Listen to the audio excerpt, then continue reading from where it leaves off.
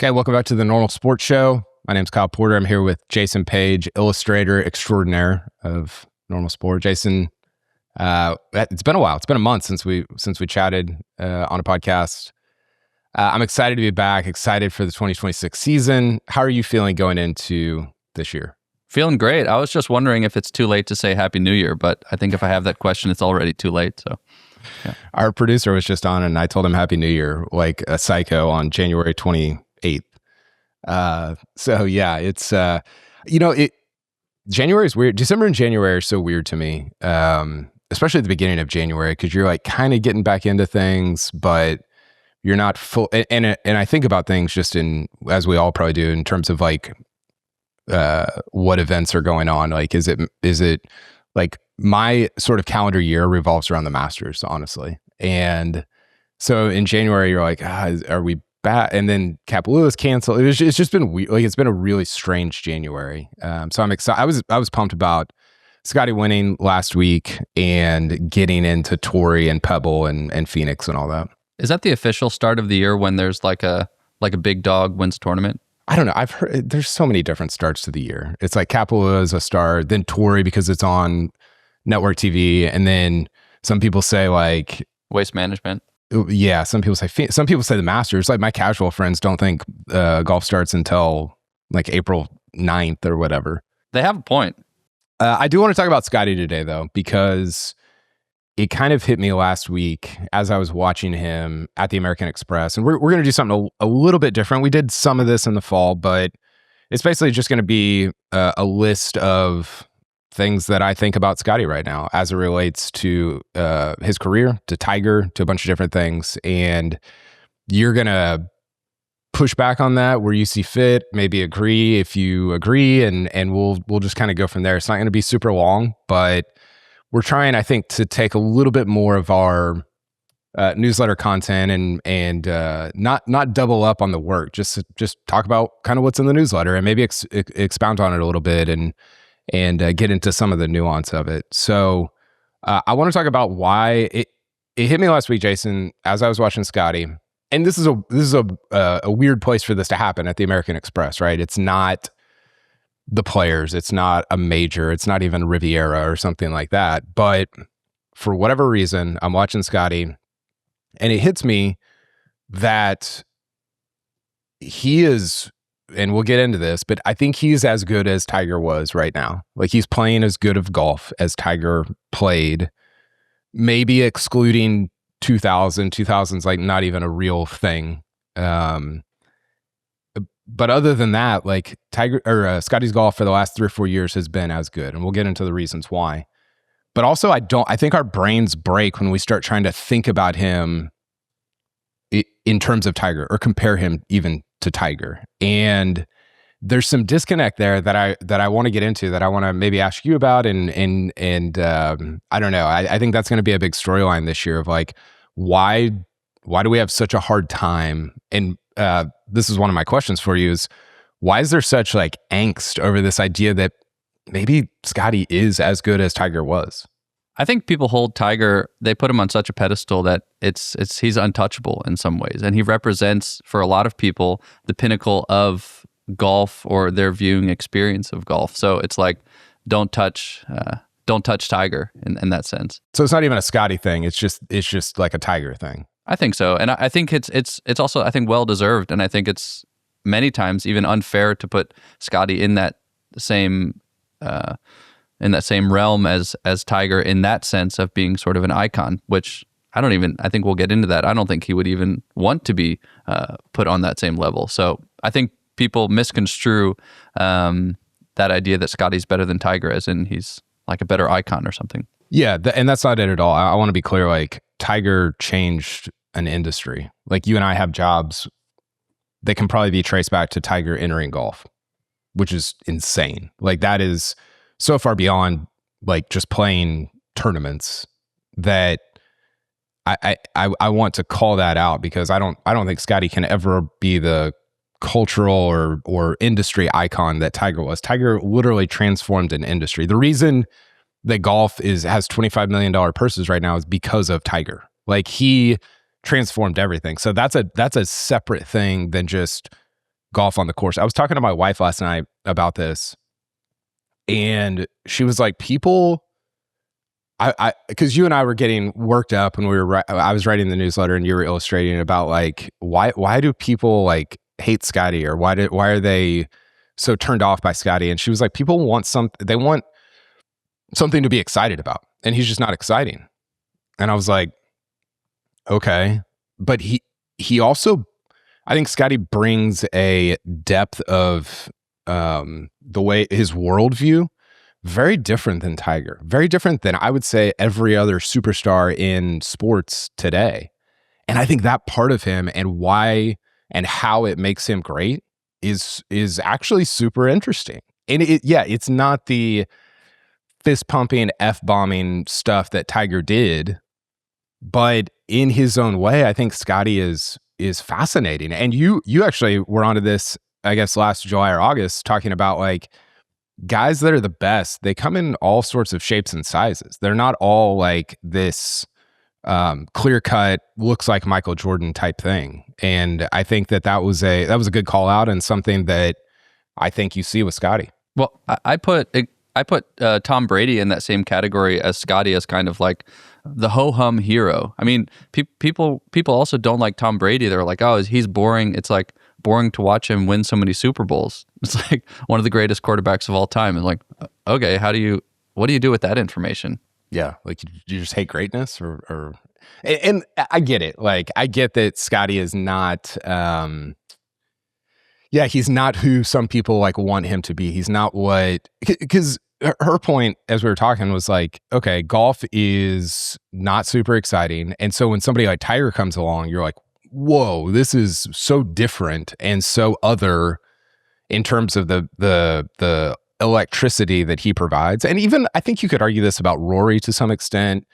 You could argue it about Phil, Bryson a little bit. And I don't know that Scottie has that electricity, but I find him completely fascinating in a totally different way. And again, it goes back to like his relationship. I find his relationship with golf to be so intriguing, because Tiger's relationship with golf was, I'm giving my entire self over to this thing, which is, you could argue, is like idolization of the thing. Like from the time that Tiger was 5 years old, he gave himself entirely over to golf. And Scottie has been seemingly, I don't know him, I don't hang out with him every day, he's seemingly been unwilling to do that. And yet he is contending at the same level as Tiger Woods, which is pretty crazy. Like it seems, you read all these biographies or listen to podcasts of different greats that have existed in other industries, and you're like, I think the only path is to completely give yourself over to that thing, whether it's Steve Jobs or Elon or whoever. Pick any like titan of any vertical, any industry over the last 200, 500 years. And it's like, they just kind of gave themselves over to it. Right. And Scottie's like, I can feel the pull of it, but I'm not going to do it, but I'm still going to be great. And I think you've seen that a little bit in Rory, actually. Like Rory has kind of wrestled with that thing pretty publicly over the last 20 years. And he's kind of gone back and forth. And seemingly Scottie has just like kept the idolization of this thing that he is so great at arm's length. And I could not be more fascinated by that from a sort of worldview, psychological perspective, because we all encounter it. And I'm just so intrigued by it, because it's so hard to do. It's so hard for you and I to not give ourselves over to this business that we created, to let it consume us, to take up every minute of our day, and instead to say like, hey, this thing's cool and we like it, but we're not going to completely give ourselves over to it. And I think when you talk about fandom as well, like the age that Tiger got into it and became kind of a superstar was like 10, 15 years before Scottie did it in his own life. So I think that time frame is also just like much longer for Tiger, and creates also different expectations, like legend status, when we look at the sort of whole career. Yeah. Okay. 5 reasons Scottie's as good as Tiger. You ready for this? I want you to pop me and push back if you disagree with these. Okay. I'll just zone out when you get into all the strokes gained. And well, we're starting with strokes gained. Number one, his strokes gained numbers are. This was so interesting. I went back and looked at I actually did this last year, age 27 to 29. Hopefully we'll be able to put these numbers up on if you're watching on Spotify or YouTube or whatever. We'll put these numbers up on the screen. Watching on Spotify. People You can watching watch on on Spotify. Can you?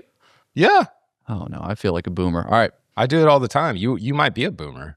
Yeah, if you're watching on Spotify, YouTube, we'll hopefully put these numbers up. But Scottie from his age 27 season to his age 29 season. So that's 2023, 2024, 2025. So 27, 28, 29. 2 of those years, he had a better strokes gained number than Tiger. And the other one was pretty close. This doesn't get talked about. And I realized that, and I'll get into more of this in a second, but I realized that Tiger did stuff from age 20 to 26. Their age 20 to 26 seasons are not close. Tiger was so much better than Scottie that it was just, it's not even worth talking about. But 27 to 29, Scottie was basically better. And we don't know what's going to happen in his 30s. But I think that, like, it's not, I guess my point in saying this, it's not as if we're talking about 3 tournaments. Well, Scottie was better at the age 27 Masters than Tiger was no, we're talking about 3 seasons, thousands of shots, dozens of tournaments in which Scottie was definitively better if you look at strokes gained. And we just don't really talk about it. And I think that is it's pretty interesting because, again, those were Tiger's bad seasons in his prime, but who's to say that Scottie is not going to get better? He is getting better. He has gotten better. And we'll talk about that more in a second as well. So I think that, Scottie's strokes gained numbers over the last 3 years have been into the 3s. I think last year was 3.29, which is an extraordinary number. It's one of the 10 best. I think it's one of the 10 best years in the last 40 since 1983, which is pretty crazy. I'm curious about this 3-year gap because people usually talk about like the 5-year gap or 10-year career span. What made you focus in on the 27, 28, 29? That's just how old Scottie is. So like it's been his last 3 years. Okay. So I just went back and compared his age 27, 28, 29 to Tiger's age 27, 28, 29. And I'll do it when he turns 30 and I'll do it when he turns 31 or whatever. Okay. But at least right now, for the last 3 years, he was better than Tiger at the same age. And now again, there's some cognitive dissonance there of ignoring the 20 to 26 in which Tiger was way better. That's what I'm getting at. Yeah. But like just their ages right now, there's also some cognitive dissonance of like Scottie's going to have to get a lot better in age 30, 31, 32 to kind of keep pace with where Tiger was at. But like, I guess my question, we'll get into this is number 2. He's getting better. Yeah. If you go back to 2020, maybe it was 2019, the only guy that was positive strokes gained, so like above average PGA Tour player in 2019 that has gotten better every single calendar year is Scottie Scheffler. Is anyone close to him? The other person that was in that was Aaron Rye, which was hilarious. But he's like 0.02 better, 0.04 better. Like it's so marginal. It's almost not even worth talking about. But Scottie is not only not getting worse, he's not staying the same. He's getting better every single year. And his last 2 years have been in the 3s. So if you're talking about, let's do a quick just refresher on strokes gained. If you're talking about gaining 2 strokes on the field per round, these are measured by like every round that you play. So if you're talking about gaining 2 strokes on the field per round, you're a top 5 player in the world. 2.0. You gain 2 strokes on a PGA Tour, and that just means you beat the field average by 2 strokes on average. So you would be a top 5 player in the world. That's kind of like your Rory range. I think Tommy was around 2 last year. John Rahm kind of lives at that 1.9 to 2.2 or 2.1. Those are really, really good numbers. I think Rory's career is like 2.12 or 2.11, something like that. Scottie was 3.23 in 2024 and then 3.29 in 2025. That is an extraordinary number. That's like a stroke better. And think about this, Jason. Rory is like one of the 12 best players of all time. And Scottie is just torching his seasons. Like he's making Rory's seasons look minuscule in comparison to what Scottie has been doing. It's really crazy to me. So that's a strokes gained little refresher there.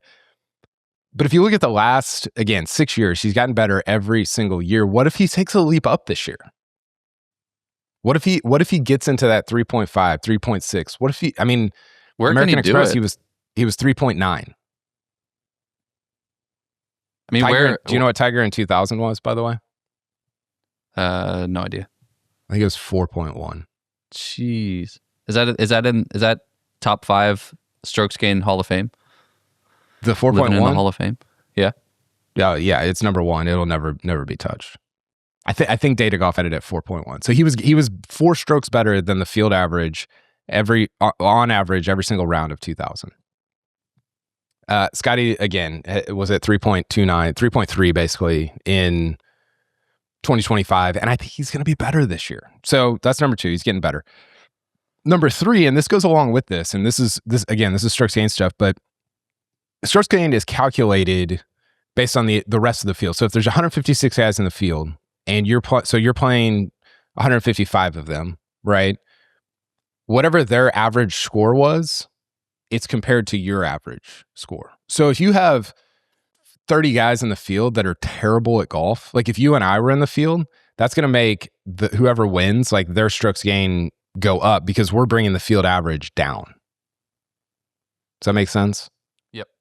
So when you have bad players in the field, it's hard. It's easier to separate.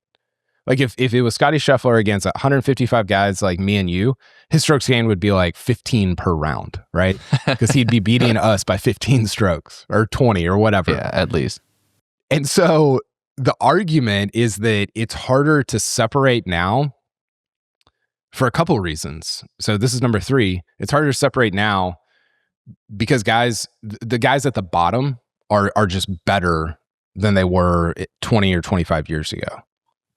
Like your guys that are finishing last are Cam Davis and people like Cam Davis almost finished last at the American Express last week. Cam Davis is really freaking good. And I just don't know that there's a great argument out there. Maybe you can make it, but I don't know that there's a great argument out there for golf, like the worst players on tour getting worse since Tiger played. They've gotten better, right? Yeah.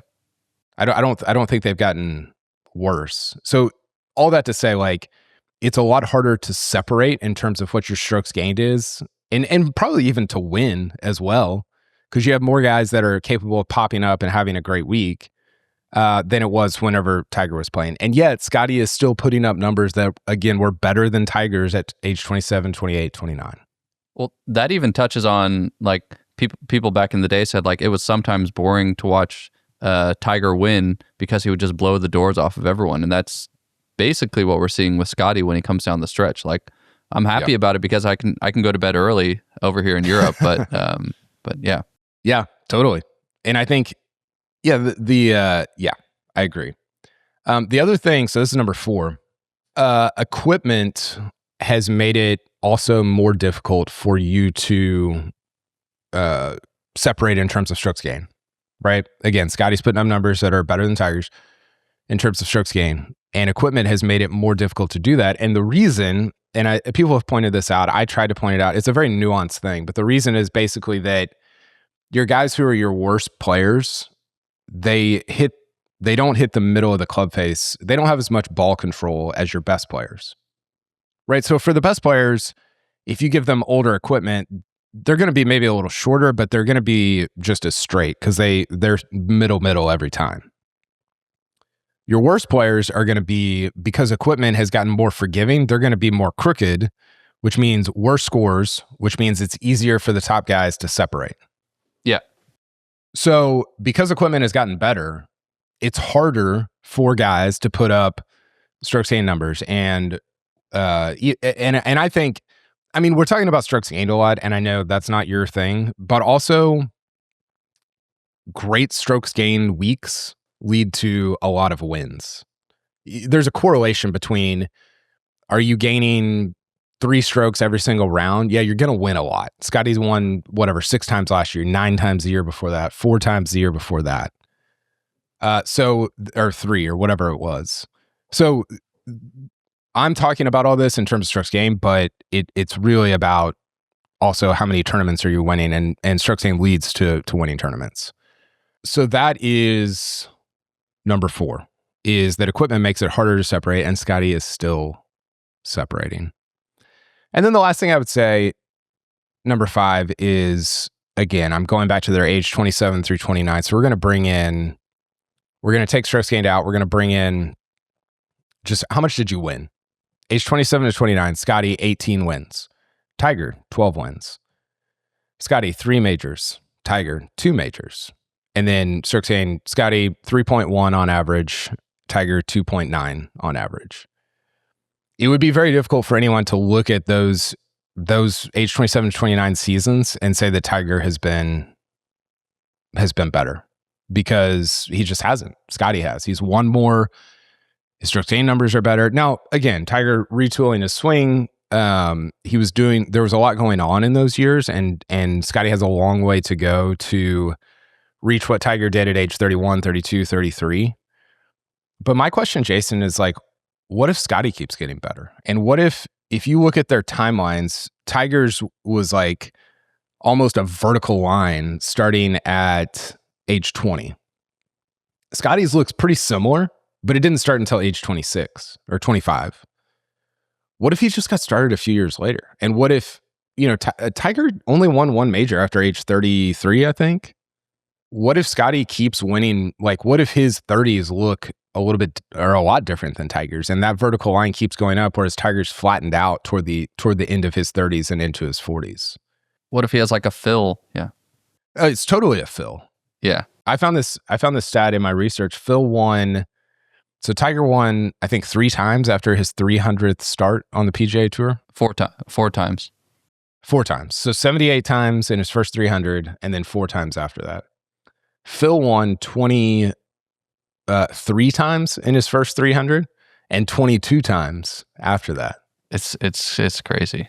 It's pretty wild. And I think that Scottie's swing and his whole aura, or his whole, like, everything he's about, he's not as harsh and violent on his body as Tiger was.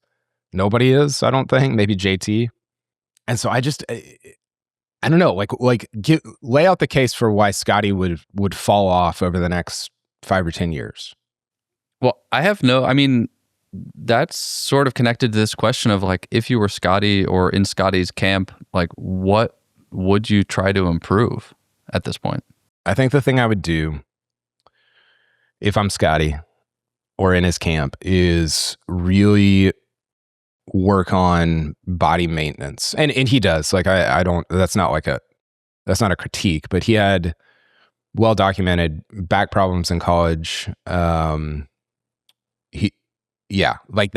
the thing where you're like, okay, that can mess you up. That can derail you, because all of a sudden you miss 3 months and it messes up the next 15 months or whatever.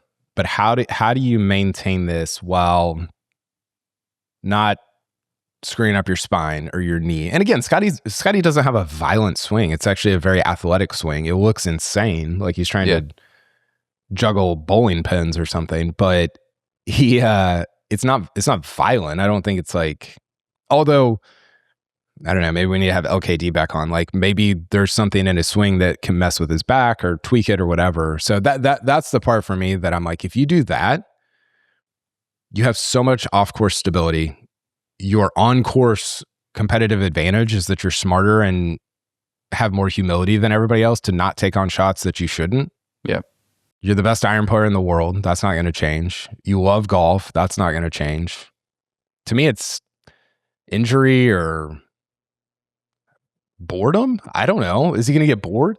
Yeah. I don't know. Does it also depend on what events he chooses to play throughout the year, or does he become more selective? So he has more fun or enjoyment. Yeah, I think he's already started to do that, though. He's only playing 20 or 22 times a year, which is a very, like, superstar type schedule. So, yeah, I don't know.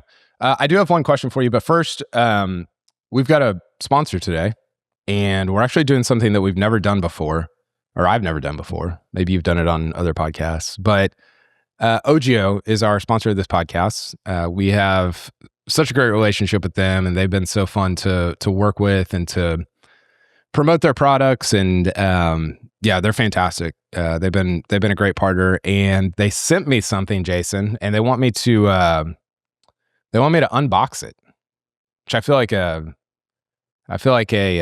Gen Zer, like trying to open up baseball cards and react, or I don't know. I don't know what's in this box, but I'm gonna grab some scissors. We're gonna unbox it and see what's in there.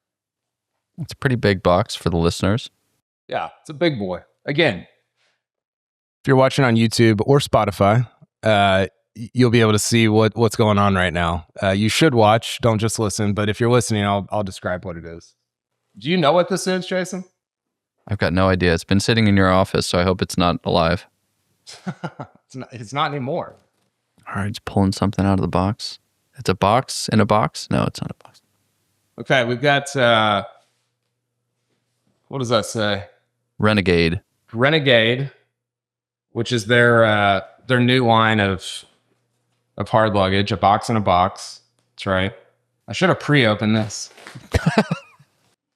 Okay, here we go. Renegade Vault carry-on. This color is amazing. Orange for my pokes, for Ricky. Scottie's prison shirt. Scottie's prison outfit. Been watching a lot of Australian Open. Bunch of orange going on there. This is awesome. This is pretty similar to the luggage that we got for the Ryder Cup, Jason, which we both loved. You said it was the best bag you've ever had.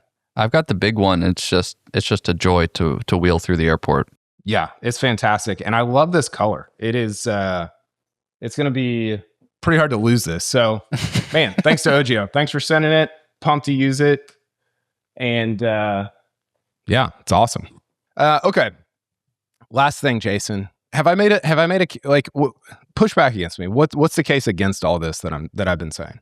I think there's a lot of people who just don't pay attention to stats, and they're not really convinced by stats, even when they see it on paper. So what would you say to those people about what we're witnessing with Scottie? Yeah, I mean, that's my wife. She's like, I don't care about the numbers, right? Yeah. She's like, I just want to be entertained. And she's like, Tiger's story is just more entertaining, which is true. Like that's irrefutably true. And I don't really know what to do with that other than the fact that I told her, I was like, on the surface, yes. But if you dig down a little bit, Tiger would never really give you anything interesting when he would talk. He's not an amazing talker. I think he would probably say that. He's not that funny. He's just kind of like, I don't know. He's just kind of a guy in terms of like, now, if you get him talking like super nerdy golf stuff, lights out. He's awesome. Like spin rates and wind changes and how to control like that stuff. You could listen to it all day. But if he's just talking about life and worldview and all these different things that I think a lot of us are intrigued by, especially as we get older, as it relates to people and sports and things that we follow, Tiger's not amazing. Scottie's kind of the opposite. He's not going to give you a lot on the surface, like the fist pumping and the all the stuff that Tiger did. And he doesn't look as cool as Tiger did on the course. Tiger. I remember attending the Masters when I was young, probably high school, college with my dad. And I remember thinking like, I cannot stop looking at Tiger. Like it was this magnetism that you're like, I don't know what that is. I don't even know if it's real, but it feels real glow. To me. Yeah. Totally. Yeah. And Scottie doesn't have that, but I think if you dive down below the surface a little bit, there's a lot there. And if you listen to one Scottie press conference, you will learn more about championship golf and life and worldview than maybe anybody else in the sport. Maybe Rory's up there, but he has a lot of great things to say. And I think, yeah, the excitement level isn't there. The magnetism isn't necessarily there, but he's really, really interesting. And I think he gives you a lot to think about and to discuss with friends or people that you're around or whatever that most other guys do not.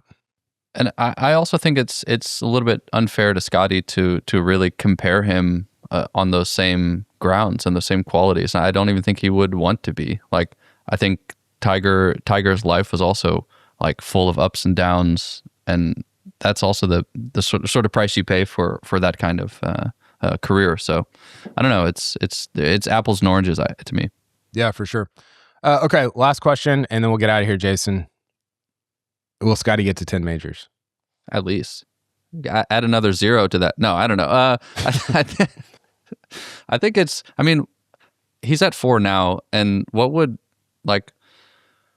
stop him from going on a Brooks-like run over 3 years or 4 years and just adding on one every year, like every other year, and then yeah. I think it's definitely in the cards. What do you think? So you're saying, like, if you had to bet on it, you would say yes? If I was a betting man, I would probably bet yes. Yeah. I say no.